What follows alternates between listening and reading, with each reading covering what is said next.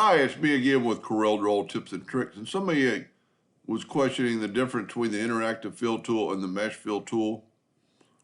I don't get to use them a lot because they're really made for colors, but with my limited knowledge of it, I thought I'd play around with this.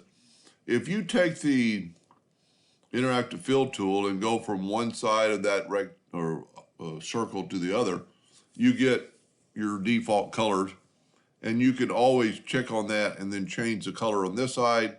Doesn't matter if it's CMYK or whatever you're going to do. If you're printing, then you'd want that color. And then you can click on this side and you can pick another color. Now, you can always bring colors in from the side. Well,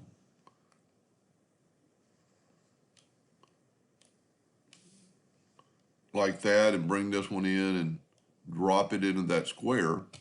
And then also in this little box right here, if we pick on it, we get a slider bar, and that is our transparency looking docker or transparency tool. So you can, on the left side, let's make it back to red. On this side, you have a slide bar, and this is just for the transparency. We can make the red more transparent so the blue kind of shows through. Matter of fact, let's take ours and right-click no outline so you can see it a little better. So you can kind of see the blue coming through. And you can do that actually on the yellow too, and have the yellow show through or take it away. And then always this is a slide bar between the two colors. So you can see that this is actually transparent. And if we change that color to, let's pick a different color. Let's pick a pink. You can see that you can kind of see the pink through there.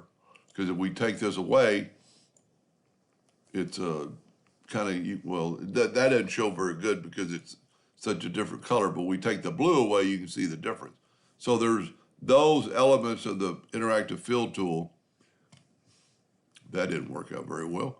You'd have to go back here and you can slide your slide bar.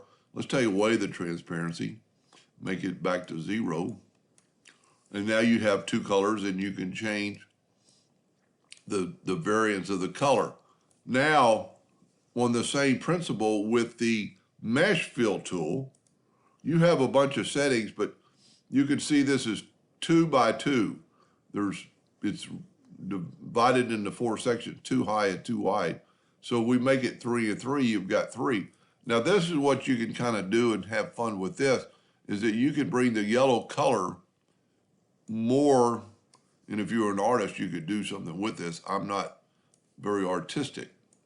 And actually you can take away one of those and just have something kind of come in the middle, making, more of a sun, and, bring that one out. You can actually do this, which is pretty cool. You could take away that whole thing. You could make one side flat by making these kind of flat. Now, what is also pretty cool, and I have had this happen to me when I wanted to do something. Let's say that's what we want. You have to take this and convert it to a bitmap.